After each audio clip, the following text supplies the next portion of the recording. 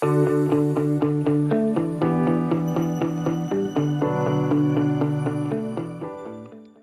everyone. It's great to be here and uh, have our next PACE webinar, which is on the principles of profitability in higher education. And we have a very distinguished group of presenters today with Ron Wendeln leading off. He's the management principal of Prescience Associates. We have Susan Dileno, who's the vice president of enrollment management at Mount St. Mary's University. And last but not least, today, Stephen Stahl, who's the recently retired provost of Baldwin Wallace University. And today we're talking about principles of profitability in higher education. You know, it's certainly a very critical topic, a very important topic, and I think that's not addressed nearly enough. So it's my pleasure to have these speakers here today to talk about this topic. And we're going to use this session as the launch of an interest group, a PACE interest group on higher education profitability. So the session is being recorded, so please be aware of that. And if you have questions, please feel free to put them in the chat feature, and I'll read those out towards the end of the session. So without further ado, Ron, welcome to today's PACE session. Well, thank you. I'm going to share my screen now. I want to thank PACE for sponsoring the session. I know that there are some folks who are luminaries in activity-based costing and in profitability analytics with us outside of higher education. So I will particularly appreciate some of your responses to how we're starting to approach profitability analytics in higher education. Can everyone see the screen that is up that shows the splash screen for the webinar? Good? Yes, we're good. Okay. So I hope to talk about four things today. One is why profitability is important in higher ed, particularly in a post-pandemic environment. Second, to look how profitability has been examined previously in higher education, going back some 30 years, I believe. Third, investigate activity-based costing as a initiative that higher education professionals should embrace as part of profitability analytics. And finally, try to situate profitability analytics in higher education, not only as a financial function, but also as a tool for managing value and value recapture. After that, Susan Dileno will give some remarks on the stakeholder roles that folks in enrollment management should have in academic program profitability analytics. And then Steve Stahl will talk a bit about the interest group that we hope to form here. So what does profitability have to do with nonprofit higher education? We are in a post-pandemic inflection point, I think, for American colleges and universities. And it's partially driven by the fact that 2/3 of American private and public four-year institutions are heavily reliant either on program revenues or on program enrollment-based subsidies for their operations. And I know them pretty well since for the past 40 years, they have been my client base. These institutions have to operate like business enterprises, not like traditional nonprofits, in terms of making a profit on their programming and in the marketplace. In order to do so, they have to focus on value in four important ways. Like any other business enterprise, first, they have to be able to create and deliver relevant and exceptional value. Second, they have to master their markets and their competitive environments. Third, they have to recapture sufficient value through pricing and performance in order to make key value reinvestments in capabilities and resources. So while we haven't talked a great deal about profitability analytics in higher education before this, to me, this is a measure or a metric that really gets at the heart and core of what contemporary American colleges and universities have to do. It measures whether value is being created, whether it's being accepted in the marketplace, whether it's being recaptured, and whether it's sufficient for and being sufficiently reinvested. With that in mind, we can take a look at what the business model looks for the modern academic enterprise. We can start by looking at every institution has a mission and its own educational and business objectives. From those, it generates activities like teaching and student life and athletic programs, and it tries to align its activities against the functional and effective needs of its marketplace. When it does so, markets are willing to access the value and impact that institutions bring. And when it does so, institutions reduce the barriers and constraints of their ability to access. All of that results in program income. And if the program income exceeds the cost of delivering the program, we have profitability. And that profitability then gets reinvested along with other funding, such as fundraising from outside sources, in capabilities and resources, making the virtuous value cycle complete. And of course, all this happens over time, not just academic periods of time, but other periods of time. And all of this happens in a dynamic environment of markets, industry, ecosystems, future forces, and competitive dynamics. So again, profitability in the modern educational age is really at the center of how we understand, operate, and assess our educational performance. Also, there's a hierarchy that we have to account for in higher education. We not only have individual programs, but we also have different channels for delivering programs. Those channels might be degree levels or online versus classroom education. We have general markets for our programs and channels, and we have market segments. So in managing profitability in higher education, setting up profitability analytics, there has to be a coherence across the four levels of the hierarchy: channels, programs, markets, and their individual market segments. And similarly, attention to appropriate reinvestment and capabilities to deliver programs, channels to markets and market segments. So some definitions. Traditionally, higher education has looked at profitability according to contribution margin. And specifically for colleges and universities, they've looked at net income of student tuition and other fees, that is minus discount in financial aid, against the direct cost of instruction. I remind everyone that profitability is something entirely different than a contribution margin.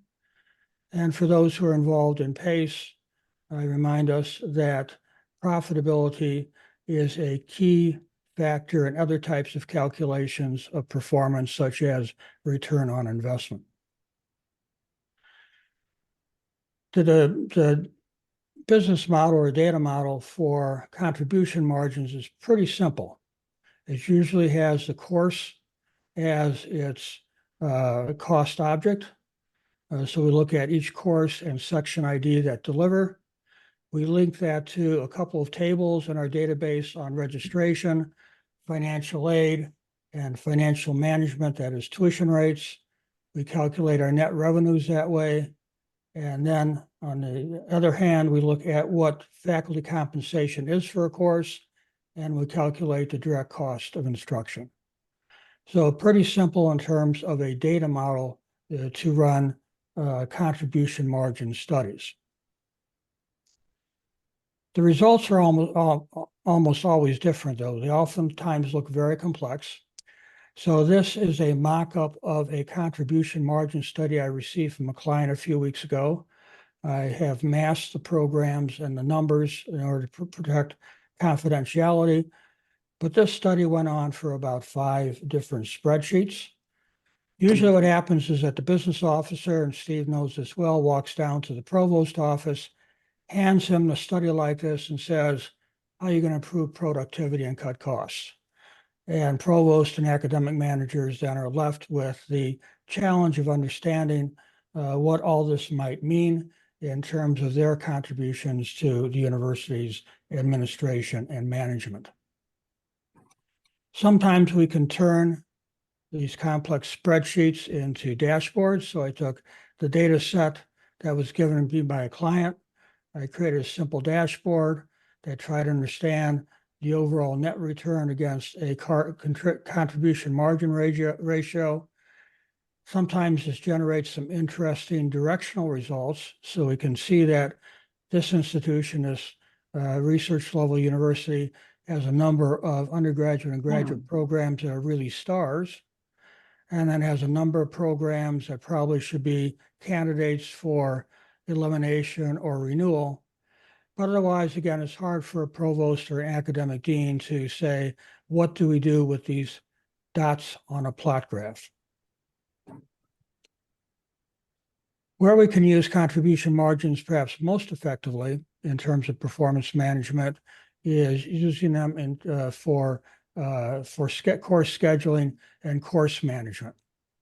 So again, this is a short, simple dashboard that we created that tries to help an academic dean understand for a nursing program what is the contribution and utilization rates for different types of courses, lecture courses, seminar courses, internships and the like.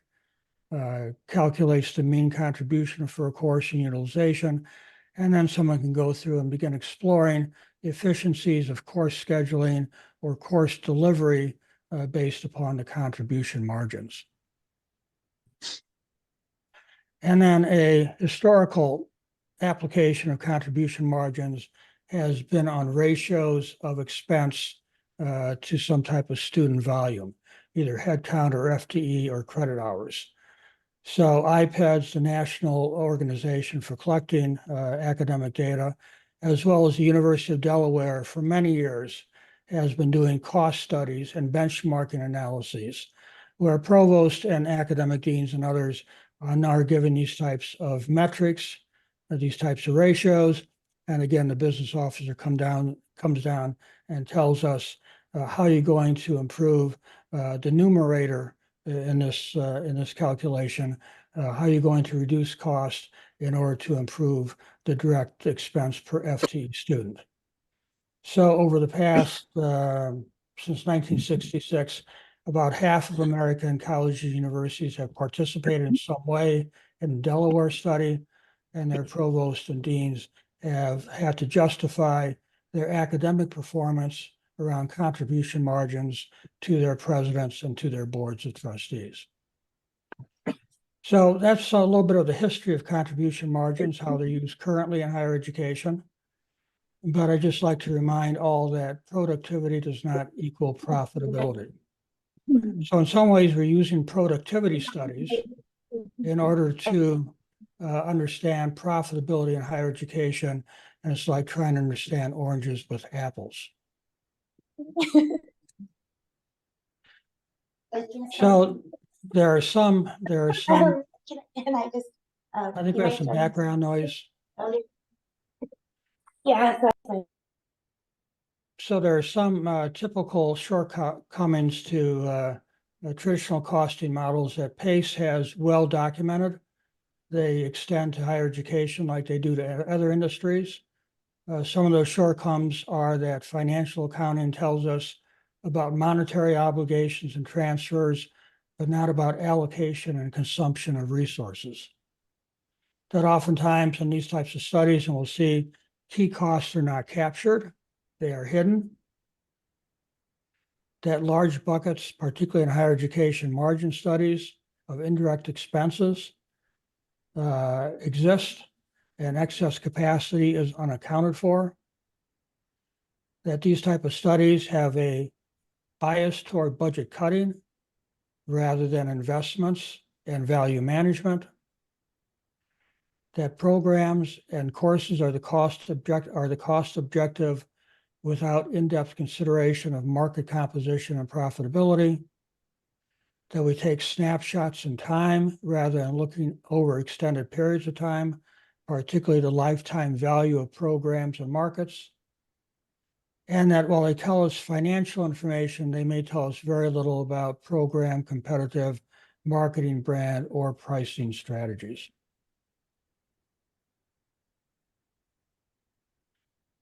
So here's what the contribution margin overhead bucket looks like. Again, we can calculate the cost of for direct instruction for a contribution margin study. But national studies have shown that about 60 to 70% of expenditures, operating expenditures in colleges, universities are non-instructional. And that's what largely comprises the overhead bucket in higher education.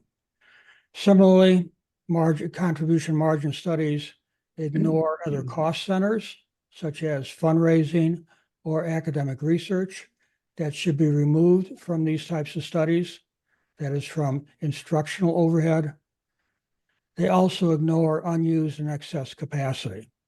So one way of getting your ratio of instructional expenses to students down is not only to decrease expenses, but also to increase capacity, to increase the denominator as well as decreasing the numerator. And our contribution margin studies say very little about unused or excess capacity. There's also a intrinsic or inherent bias in these types of studies. Again, we saw in the previous slide that a lot of things that are in the overhead bucket are actually services that are rendered to students, just not instructional services. They might be student life, residential life, they might be internships and experiential learning, they might be career planning and placement. All these things that are non-instructional are currently reside or hidden in the overhead bucket. But I learned early on as a dean of professional studies at a master's level university, where half of the institution's enrollments came under my purview.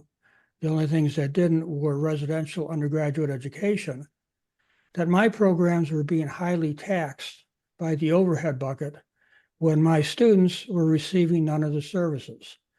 So whereas my margin contributions were held to the same as residential undergraduate programs, a lot of what I was contributing back to the institution through our programs, our professional and graduate and non-residential undergraduate programs, were actually going to services directly aligned with undergraduate residential education. So I found out early on that contribution margins can overstate some programs' profitability, understate other programs' potential, and all this influences how we think about investments in academic programs relative to their value recapture. So again, contribution margins has a fundamental flaw, I think, in terms of profitability, because it does not accurately state the profitability of programs that use low volume of activities vis-a-vis those who have high volume of activities. So is there a different way? Years ago, I met Gary Kokens in, I think it was North Carolina.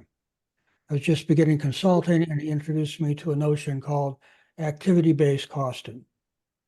And activity-based costing in higher education became kind of a passion of mine, because I thought, given the nature of higher education industry, that we are basically activity-based, why not do costing based on activities?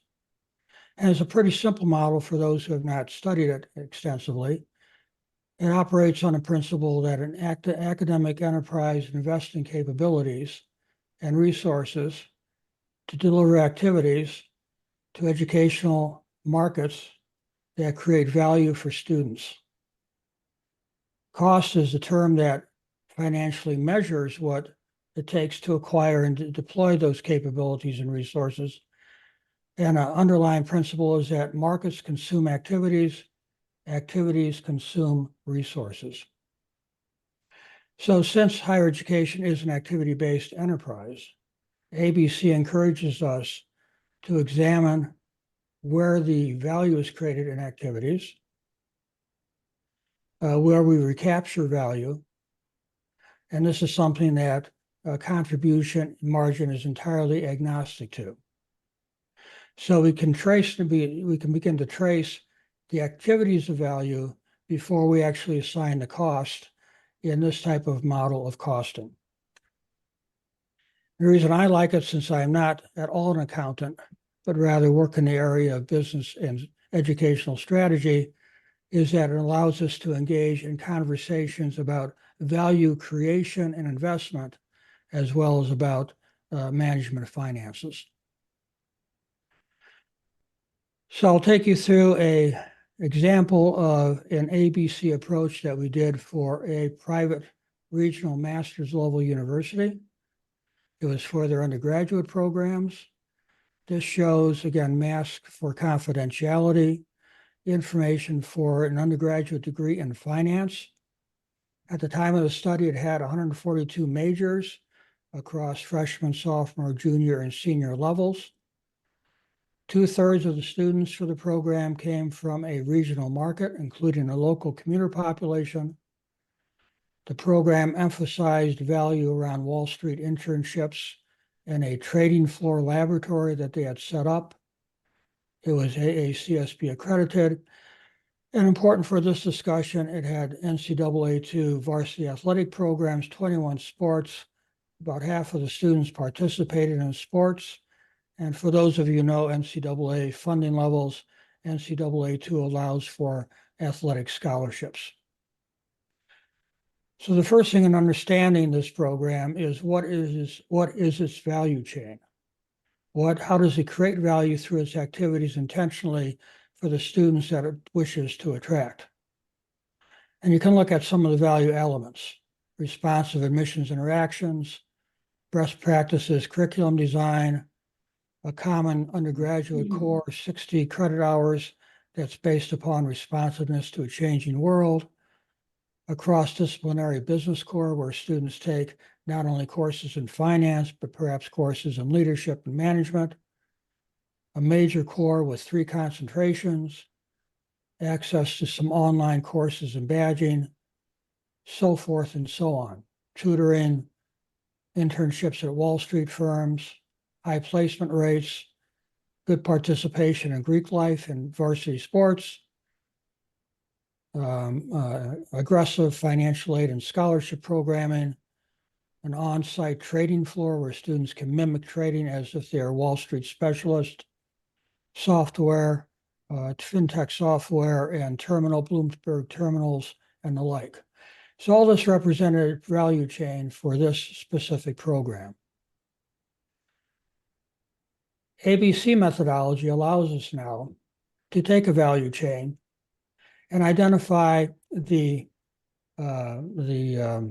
activity categories by which we deliver value to the students. So part of the activities is around student recruitment and acquisition. And you can see some of the figures. We figured out it costs about $112,000 annually to recruit an incoming class for this program. It included ongoing course development that we amortized over 5 years. It divided the academic program into an undergraduate core, a discipline core, and a major core, and calculated capacity rates and the cost of excess capacity. It looked at assignments of students as to their academic advising, whether they participated in honors programs, how many participated in an academic year in internships, how many participated in certain clubs and in Greek life, in varsity athletics, how many were being processed for financial aid and for registration, the cost for any type of specialized technologies, and of course, administration and accreditation fees.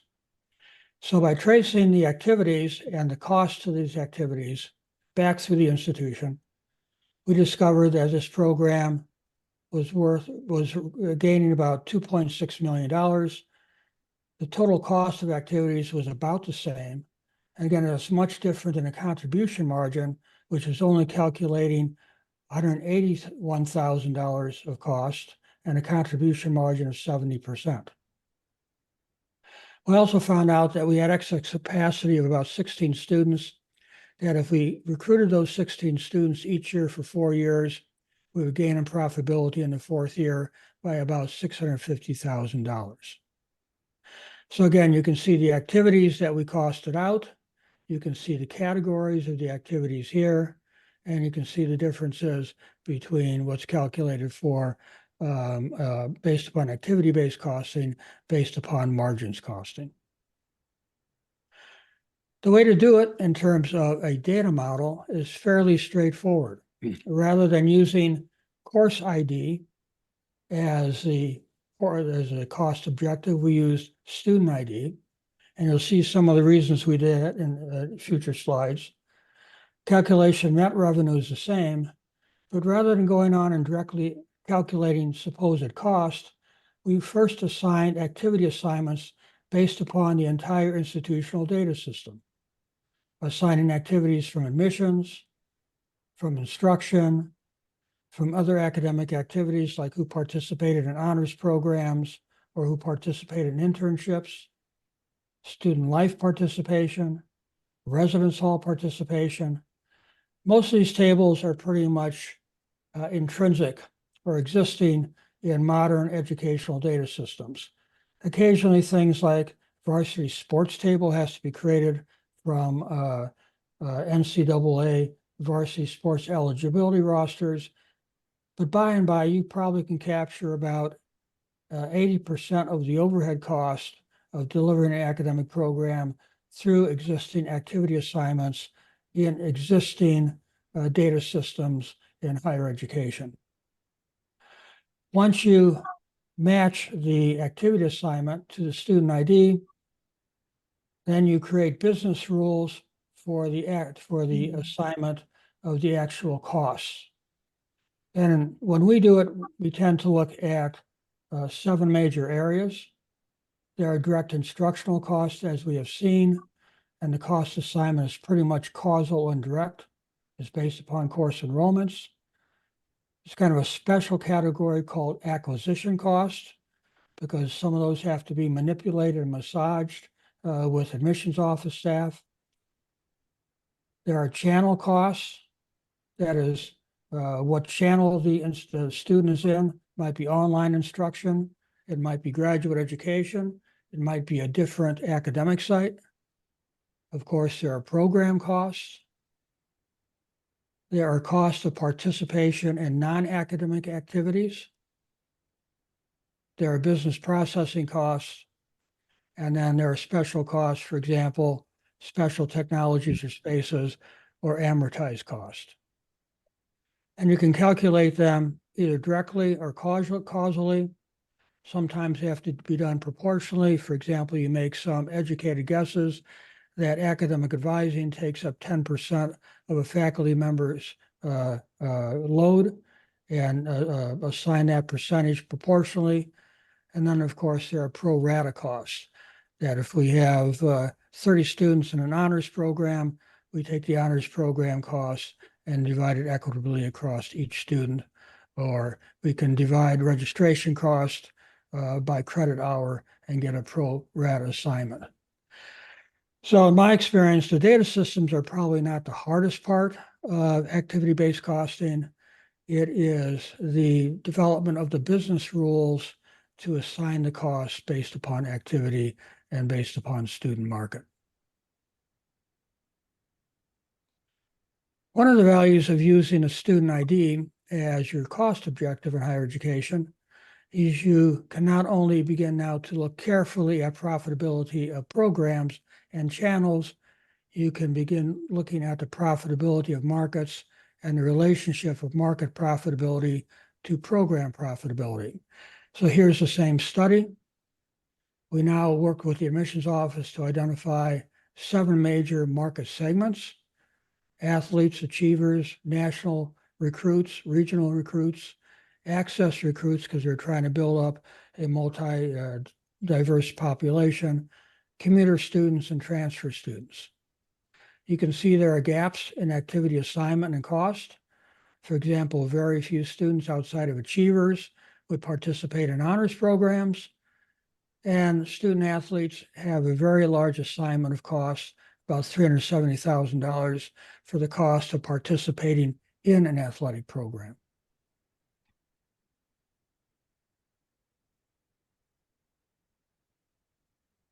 Aligning program profitability with market profitability and looking at different time periods allows you to derive something like this for this program.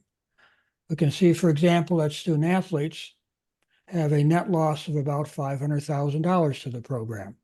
After you take into account their scholarship discount, and after you take into account the cost of delivering athletic services. So NCAA studies show that on average for Division I and Division II schools, organizations pay about $10,000 per students for coaches, athletic fields and the like for each student athlete.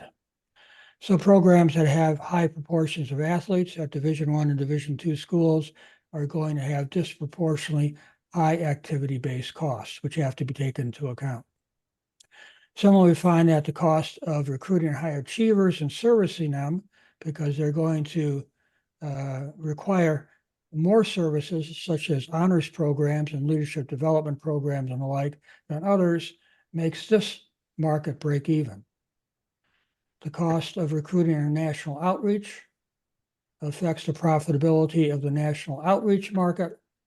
And the most profitable markets are your regional recruits and your commuters and your transfers, although transfers have lower lifetime value because they're only at an institution for 2 years. So when we look at profitability, we recommend, again, using the student ID as a place to start, associating the activity costs to the student ID, and then running profitability analytics, not only by program, but the relationship of program to market.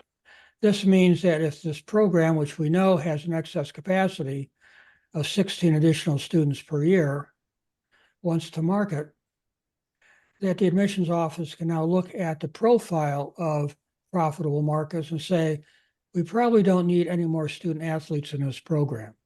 We probably need to concentrate our recruitment on the regional market and possibly on a commuter and transfer market, because that's where we're getting the greatest gain.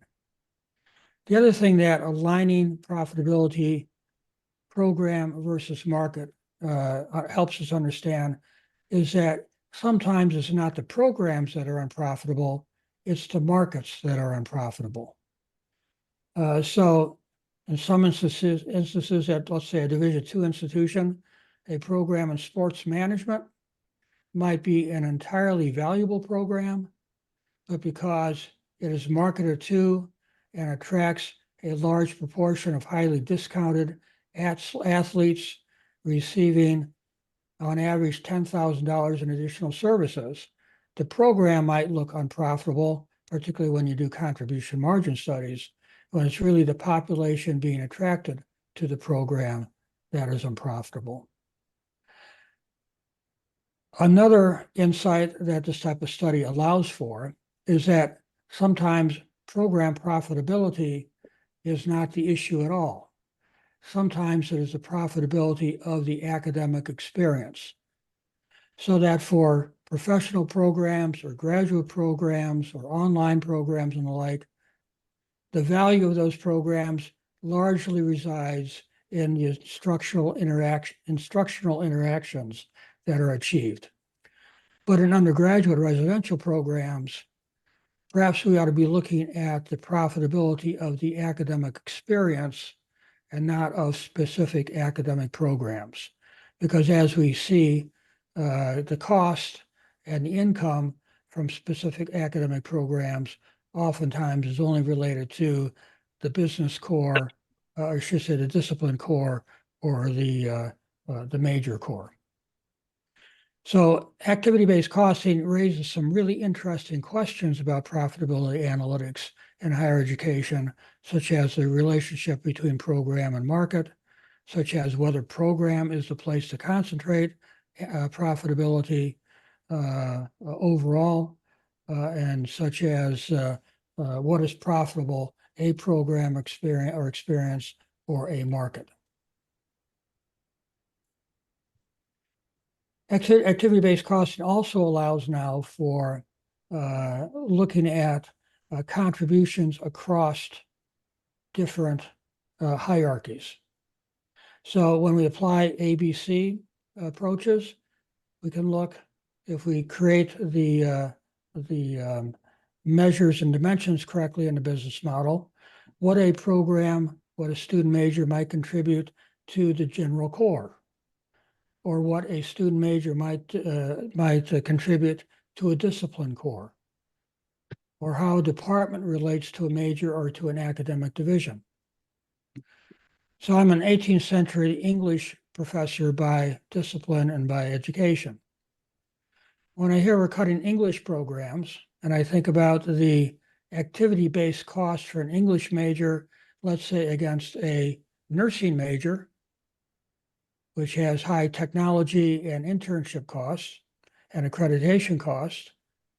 And when I think that an English major contributes the same volume to the general education or Common Core and to their discipline core, I wonder if activity-based costing wouldn't uncover that overall an education major, because they consume fewer activities, might be more profitable than a nursing major that consumes a greater number of activities. And that the real value is building a used capacity in the Common Core and the discipline core that offsets the lower use capacity in the major core. So kind of activity-based costing asks us to look at programs and majors in cross-disciplinary and cross-functional ways that contribution margin studies can't get at. So going back up to a 30,000-foot view, a data model for activity-based costs in higher education ought to look at, first of all, attention to program level, program offering, markets and channels. It should have a strong cost allocation model that relates activities to resources to costs, and it can result in multidimensional profitability studies that allow us to drill down on where profitability exists at the intersection of degree level, specific offering, specific market and market segments, and specific channels. So using data visualization such as dashboarding and the like to find out exactly what are the most profitable offerings across a multi-dimensional approach, as opposed to just looking at a single program or market, and which are the least, and how do you manage performance across that range or continuum of profitability. And finally, trying to stay true to my dedication to a 40-minute presentation, I believe that contribution margins lock us into a convergent mindset. They keep on asking the same question: how do we increase productivity and reduce costs? And while those are important operational concerns, activity-based costing encourages a divergent mindset. It says, how do we invest in value creation, delivery, and recapture? So going back to where we started, to the business model of the educational enterprise, we now can look at where activity-based costing not only influences finances, but also decision-making. So using activity-based costing and appropriate profitability analytics, we now can look at the overarching value of business model and proposition. We can ask ourselves, are we pursuing the right activities with the right resources at the right scale with the right performance to deliver what is valuable to the marketplace based upon our mission and our educational objectives? As we saw, we can use activity-based costing-driven profitability analytics to drive decisions about markets. Where do we try to recruit for programs based upon the greatest market performance and potential? If we know the true cost of delivering an academic experience, we can be informed better about pricing and discounting strategy. If we know about the differences in terms of academic activity delivery, we can make decisions about what are the best channels, such as online or blended or classroom learning to deliver instruction. Of course, it's going to influence investment and risk strategy. Where do we make the investments of the recaptured value that give us the ongoing greatest gains in profitability? And it's going to influence operational strategy. How do we improve efficiencies and performance to heighten our value recapture? So for my perspective, activity-based costing in higher education is not only an interesting and useful and valuable technique for financial management, stepping up in a broader perspective, and from my interest, it really is also about overall value management of the business model of the academic enterprise and of its value proposition. So let me pause, see if there are any questions to what was just discussed. Leif, do we have anything that people would like to talk about? We have one comment that this is very insightful. I wish to become an ABC and profitability analytics specialist. Kindly assist. This truly inspires. So that's always great to hear. And thank you, Mom, for that. I appreciate the comment. And just as a bit of a segue to our later part of our session, we are starting this interest group on profitability in higher education. And one way to become a specialist in this area or gain more competence in the areas, become part of this interest group. But not to jump ahead, please, if you have questions or other comments, please feel free to put them in the chat feature. There isn't a second comment. That was a very informative session. So again, kudos on your presentation. I don't see any other questions. Oh, okay. Here you go. Appreciate the detail in the presentation. What type of tool or software do you see used in your practice? In my practice, I generally use, depending on the client, an Excel-based approach. It's robust enough for accessing college and university databases, either downloading files or direct SQL bridging to it.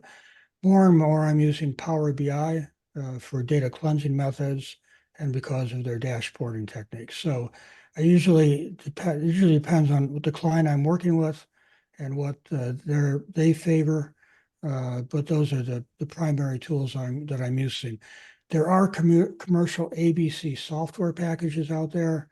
I haven't explored them specifically. Most seem to be for things like manufacturing industries. I'm not sure take into account some of the nuances of activity-based costing in higher education. But there are possible software programs out there that could be adapted that, as we move forward in this effort, could be evaluated. And we have another question. Well, actually, Keith has his hand raised. Want to unmute yourself and ask your question?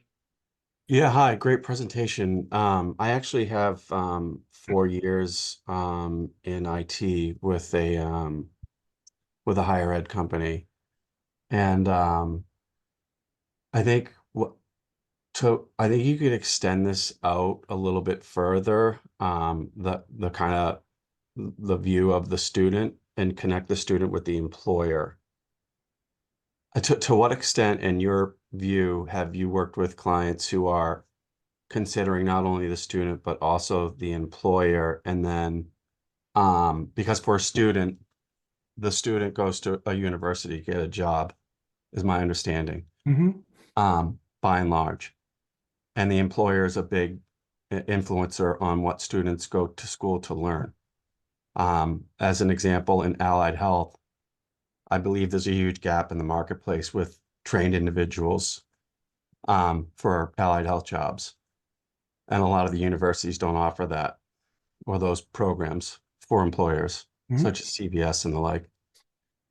And then the second question I have for you is like, to what extent does a higher education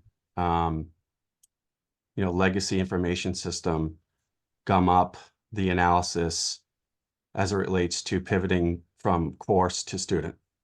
Thank you.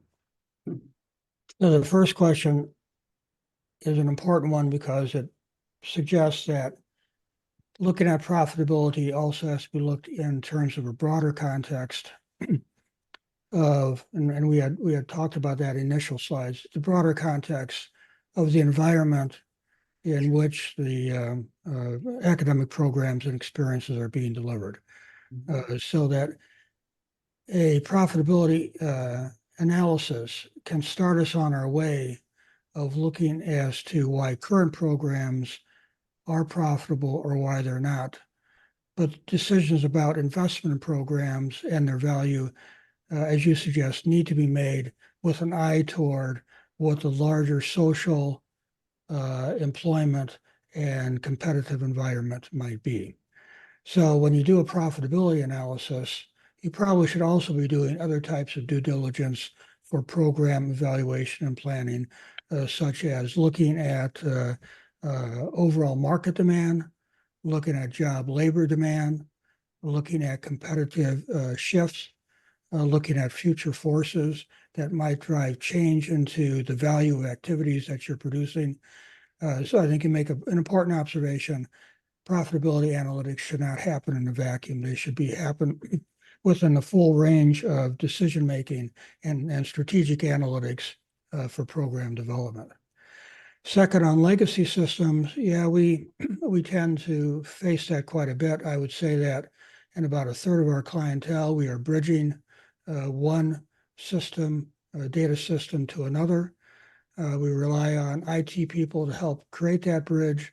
And sometimes part of the effort for any type of analytics, whether it be profitability or contribution margin or retention, is the data cleansing around the to make the legacy system consistent with the data in the existing system. So and that probably is about, I'm going to say, a quarter of our work to set up any type of analytics in higher education. Okay, well, the questions are rolling in. So going on to the next one, is an ABC costing system expensive to implement? I.e., what size college can afford such a system? Well, first, I would advise that you be commonsensical about this. I mean, one of the things that can drive clients mad is when you have a penchant for trying to capture every cost for every activity. So first of all, be sensible in the business rules that you set up. An example, does a liberal arts college have to cost every classroom in which courses are offered, or can just take that as a nominal overhead charge? Probably so, put that aside. However, in some cases, like we work with a art institute where you had glass blowing kilns and you had pottery kilns and the like, large sculpture spaces. If you didn't relate the cost of those activities and spaces back to programs, you were not going to get an accurate view of profitability across those programs. So first of all, be commonsensical in what you do. I think you should be able to capture about 80%. Second, you might want to start ABC with a more well-defined program area or channel, maybe with graduate programs, just to get practice to assigning cost. Third, in terms of scale, as long as the information systems are sufficient, a larger institution probably is not much different than a smaller institution, probably where the critical differences happen is the type of institution. So I would probably say doing ABC is easier at regional universities that are highly program-based rather than major research universities where you have to tease out things like the mission for and the costing for things like faculty research and the like. So be sensible, experiment first in a controlled situation, and the types of institutions we work with, professional and market-driven institutions, are probably a little bit easier than more complex research universities. So there's a lot more questions, but I know there's 2 more people to present. So what I'd like to suggest, perhaps, Ron, is that I encourage everyone on this call to join the Higher Education Profitability Interest Group on the PACE website. And I'll ask Ron to answer the rest of these questions on that forum. And so please don't feel we're ignoring your questions, but we do want to get to the rest of the presentation. I guess Susan, I think it's up to you. I'm up. Well, morning, everybody. I'm Susan Dileno. I'm the Vice President for Enrollment Management at Mount St. Mary's in Los Angeles. And I've served in the capacity as a VP of enrollment for the last 25 years. And obviously over that time, I've seen a lot of change in both the position and the structures that have been built around to support enrollment and revenue. And just to give you a very brief history, I know we're running out of time, but you know, in the very beginning, the enrollment function really was to focus on recruitment.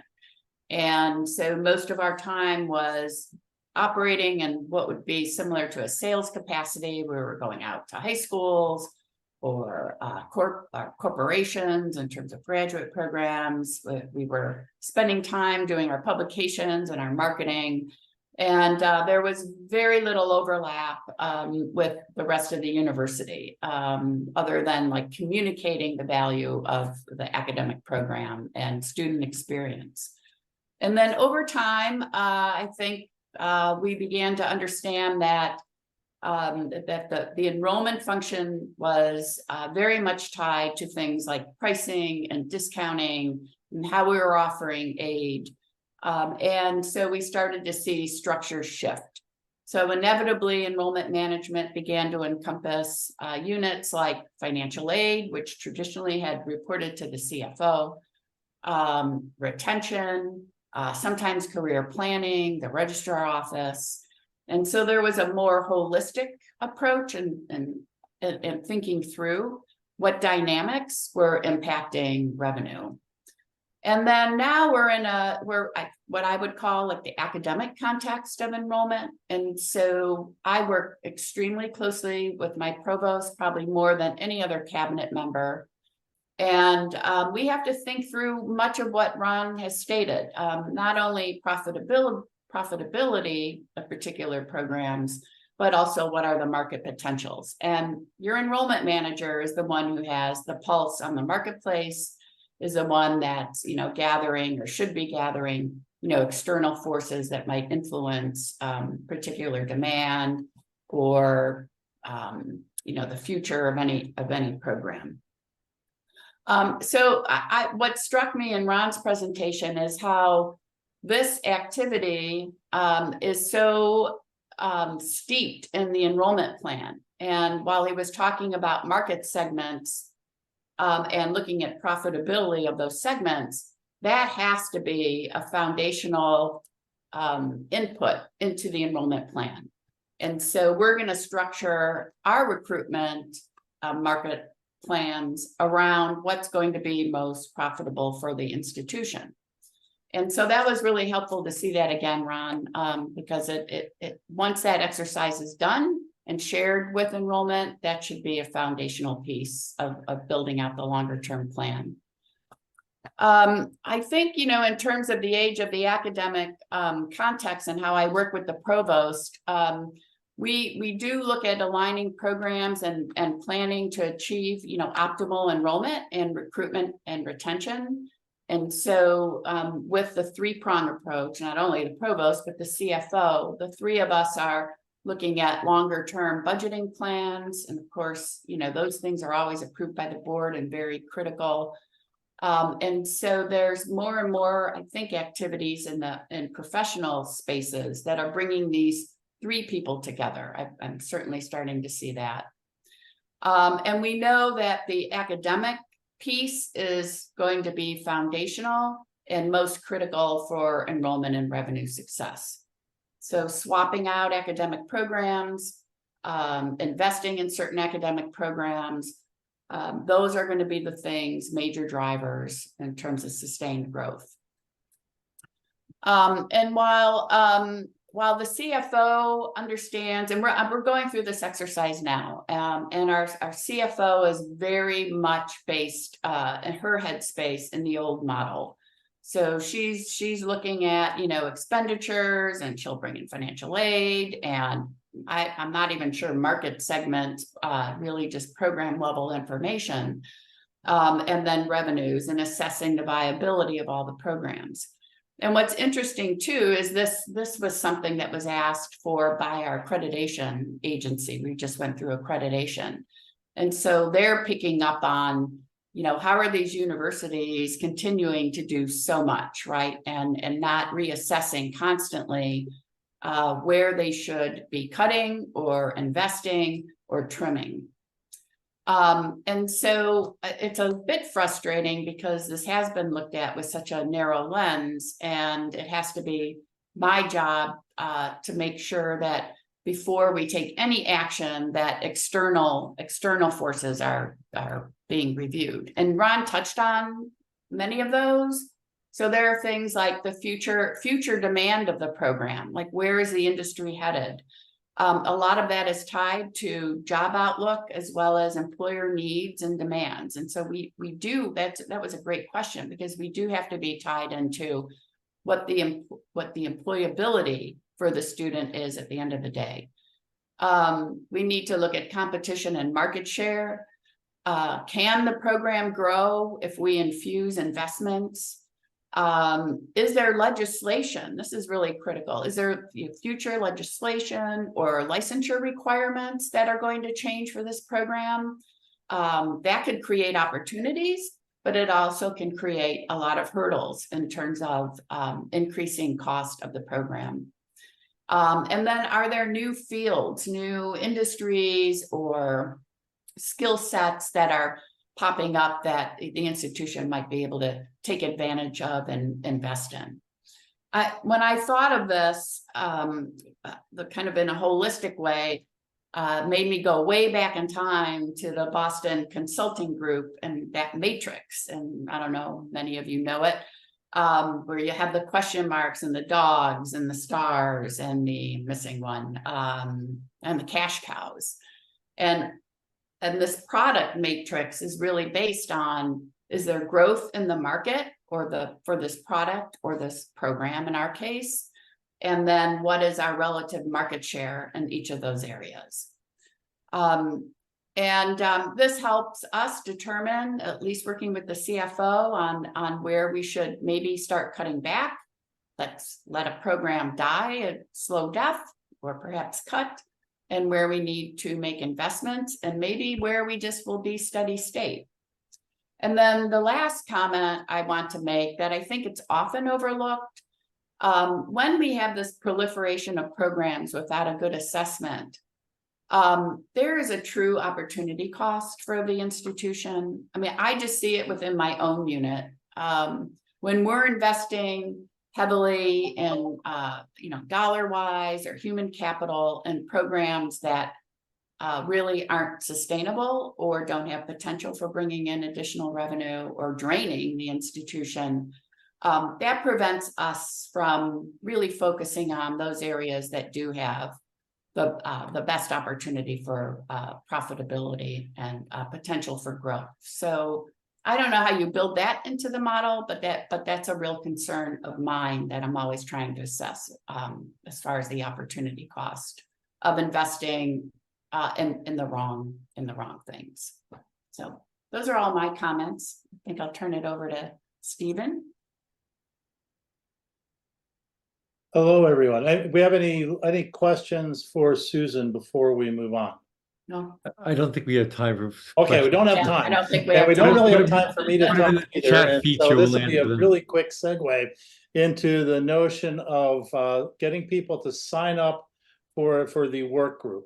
And what we would like to do is to follow up on this meeting by going through and asking people for interest in participating in a set of webinars to build towards particular areas where we need to build expertise in this area. Some of the ones I've got out there on my mind after listening to this is retention and persistence of students, building right off of Susan's talk, new academic programs, when are they appropriate? What do we do to align existing academic programs? And what can we do in terms of small enrolled programs to support market demand programs? Some of the talk has got to be about the alignment of scholarship of faculty to regional needs, the alignment of students on campus, a congregation of 18 to 20-year-old students, both traditional and commuter students, represent a significant workforce potential for regional needs. Many of the American campuses are built on a 9-month program that leaves 3 months of the year where the campuses are underutilized. How do we put that through? And then the other thing is, what about cooperation between institutions? It's difficult for a single institution to do everything on their own. And finally with this is, I want to go back to one of Ron's first statements, is that he learned to do this after he stopped being an administrator. And I think at some point, based upon all of these other components going on, one of the things that I think we really need to work on is how do we mentor new academic administrators in these approaches so that they are effective while they're administrator, not just when they become a consultant. So that's what I would have to add. And for someone who's in arts and sciences, doing that in 3 minutes is pretty darn good.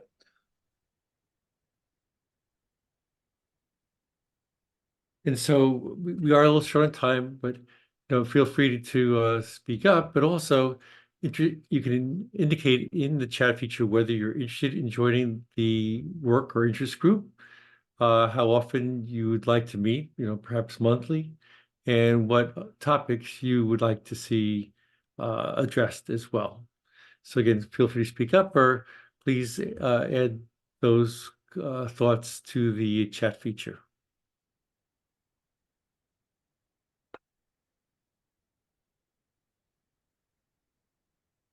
And of course, we do have an interest group on the PACE website. And before we do go, I did want to let everyone know that PACE is having its second annual Profits Plus conference on June 20th. And I would encourage you all to find out more about it. The list of speakers and topics is on our website. It's a great lineup, very interesting people and topics. And it's you can obviously register there as well.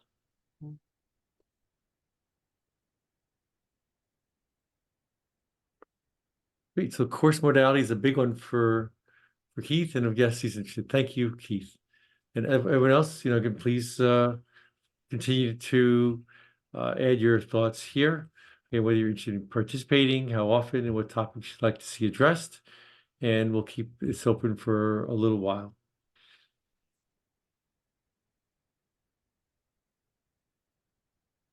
So would any of the speakers like to add any final thoughts?